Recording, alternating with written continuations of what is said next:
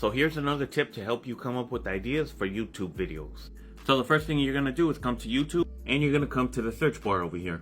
Now let's say that your niche is about drones. You can type in the word drones and then all these auto-suggested keywords are going to be what people are searching for. So if your niche is about educating people about drones, this one might be a good topic to do a video on. So let me click on that. And obviously you're going to see a bunch of search results based on that topic. Now, if you have the vidIQ plugin installed, it's going to also show you the volume search level and the competition level. So a 37 out of 100 isn't the best topic to do a video on. So we might have to get a little bit more specific. So if I just simply click on the search bar again, it's going to give me more suggested search terms. Or I can just simply type in the word 2024. And now it's showing me that there's a little bit less competition and more search volume. But now if I add the word best in front of the keyword, let's see what happens.